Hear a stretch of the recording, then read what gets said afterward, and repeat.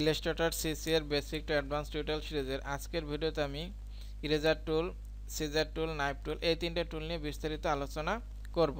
তো আমার নাম দেবমোদর, আপনারা দেখছেন ডিএম টেকনিক। চলুন শুরু করা যাক।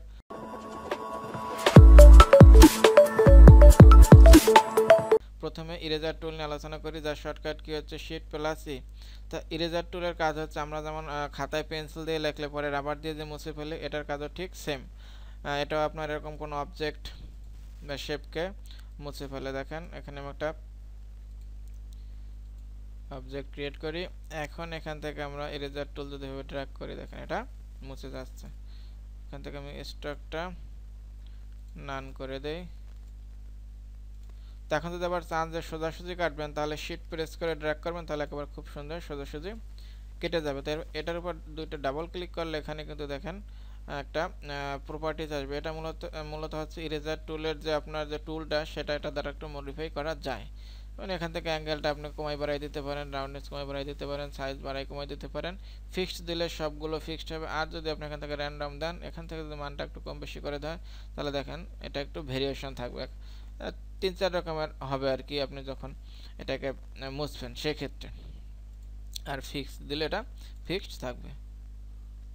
ওকেতে দিলে এটা অ্যাপ্লাই হবে, আর যদি রিসেট দেন তাহলে পূর্বের অবস্থায় যাবে।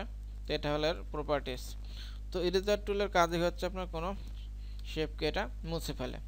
এরপর যে আমরা সিজার টুল, এখানে দেখেন কেসির চিহ্ন দেওয়া আছে, এটা হচ্ছে মূলত কেসি। তো কেসির কাজ হচ্ছে আপনার এখানে আপনি শুধু পাথ ক্রপ করবে। নান করি, এখান থেকে স্ট্রোক দিয়ে দেয় আপনার 2। তা কেসি টুল মানে সিজার টুল আপনার পাতকে কেটে ফেলে। এখানে একটা ক্লিক করি, এখানে একটা ক্লিক করি, দেখেন কি হলো, এটা কিন্তু কেটে ফেলেছে, যেটা কিন্তু কেটে ফেলেছে।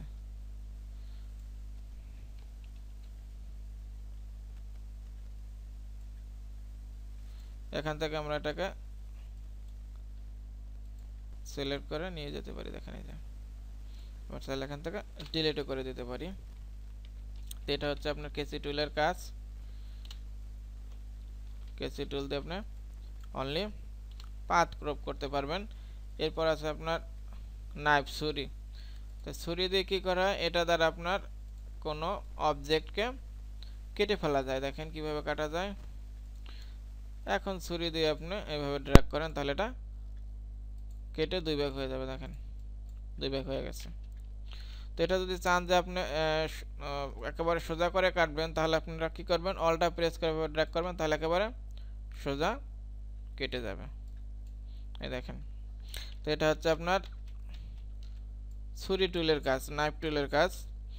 তো এভাবে তিনটা দিয়ে আপনারা এভাবে এটাকে কোনো অবজেক্টকে ক্রপ করতে পারেন, মানে কেটে ফেলতে পারেন। এছাড়া আপনাদের আর দুটো পদ্ধতি দেখাই কাটার। ধরেন আমি একটা অবজেক্ট ক্রিয়েট করলাম, এখানে আর একটা অবজেক্ট এটার উপর নেই। এখন আমি এইটার এই যে শেপটা, এটা দিয়ে এটাকে কাটবো। কিভাবে কাটবো দেখেন, এটা আপনার সিলেক্ট থাকা অবস্থায় আপনি যেটা দিয়ে কাটবেন সেটা সিলেক্ট করবেন। নিচেরটাকে আমি কাটবো, এই জন্য আমি উপরেরটাকে সিলেক্ট করবো। তো সেটা যেন খেয়াল থাকে। এখান থেকে অবজেক্টে যাবেন, পাতে যাবেন, ডিভাইড অবজেক্ট ভিউ। এখন দেখেন এটা কিন্তু কেটে গেছে। এখান থেকে আমরা ডিলিট করে দিতে পারি। দেখেন এটা কত সুন্দর কেটে যায়। এরপর আর একটা সিস্টেম আছে, সেটা আপনাদের দেখায়। এখানে ধরেন আমি একটা অবজেক্ট নিলাম, স্ট্রোকটা এখানে নান করে দিই, সুন্দর দেখা যাবে না।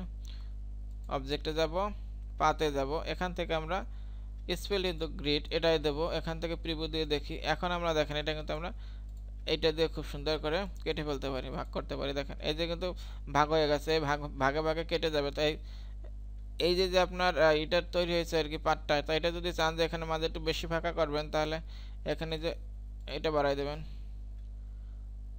আর এখান থেকেও একটু বাড়াই দেবেন। দেখেন তাহলে কিন্তু হয়ে গেল।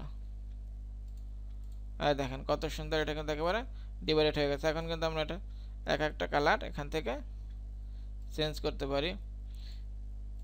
এছাড়া আরও কাটার অপশন আছে, যেমন আপনার পাথফাইন্ডার দিয়ে খুব সুন্দরভাবে কাটা যায়। তো আমি এখানে দুটো আপনি দেখালাম, পাথফাইন্ডার নিয়ে আলাদা টিউটোরিয়াল করব পরে।